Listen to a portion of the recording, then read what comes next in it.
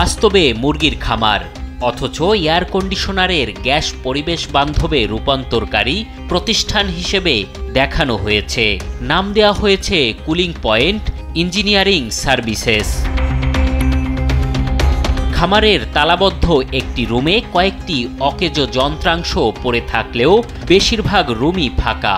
অথচ এখানে 2002 সাল থেকে 2012 সাল পর্যন্ত চীন, কোরিয়া থেকে আমদানি করা এয়ার কন্ডিশনার পরিবেশ বান্ধব গ্যাস রূপান্তরের সরঞ্জাম বসানো হয়েছে বলে দেখানো হয়েছে কাগজপত্রে। 115 জন কর্মকর্তা কর্মচারী রীতিমতো গবেষণা, পরীক্ষা নিরীক্ষা সহ পরিবেশের জন্য ক্ষতিকর গ্যাস R22 বন্ধ করে R410 রূপান্তরের নামে লাখ লাখ ডলার সহযোগিতা নিয়েছে জাতিসংঘ থেকে, যা বাংলাদেশি টাকায় কয়েক কোটি টাকা। প্রতিষ্ঠানটি দেখভালের জন্য থাকা একমাত্র ব্যক্তি বলছেন, এমন কোনো কার্যক্রম হয় না এখানে। এখন পর্যন্ত কোনো কিছু হয় এখানে? না, হয় নাই। এমনিতে কোনো শ্রমিক ট্রমিকও নাই 5 বছর ধরে, শুধু আপনি একাই? শ্রমিক যে ভাঙাচুরি করে এর জন্যে চালু করতেছে না। এলাকাবাসীও দেখেনি কোনো শ্রমিক বা কার্যক্রম। এখানে এমনি আর তো বন্ধ আছে। আপনার এখানে কাম শুরু করবো শুনছি তো, কাম শুরু করব, এখনো কাম শুরু এখনো করে নাই। স্টাফ বলতে হলো এই যে পাশের বাড়ি, মানে দায়িত্ব আছে একজন লোক। এর বাইরে কোনো শ্রমিক নাই? না না না, এর বাইরে কোনো শ্রমিক নাই।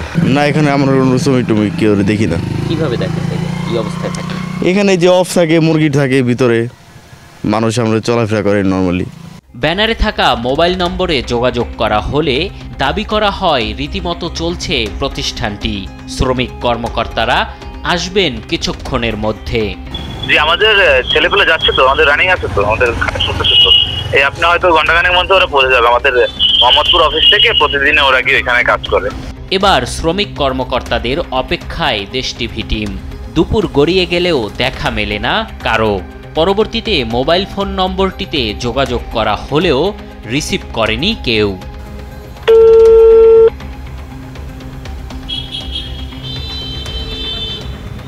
এবার প্রতিষ্ঠানটির মালিক অর্থলোপাটের হোতা আসাদুজ্জামানের মুখোমুখি হতে চাই আমরা।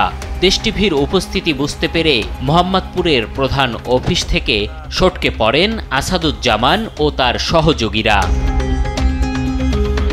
প্রতিষ্ঠান চালু হয়নি, তবে ইউএনডিপি থেকে পাওয়া অর্থ সঠিকভাবেই খরচ করেছেন বলে মোবাইল ফোনে দাবি করেন তিনি।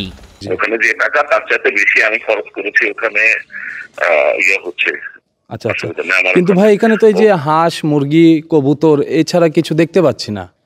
না, ভিতরে তো আমার এটা ফ্যাক্টরি তো এখনো পাইনি, আমি প্রিফেজ লাইনটা পাই নাই, যে কারণে এখনো পুরোপুরিভাবে চালু করতে পারছি না।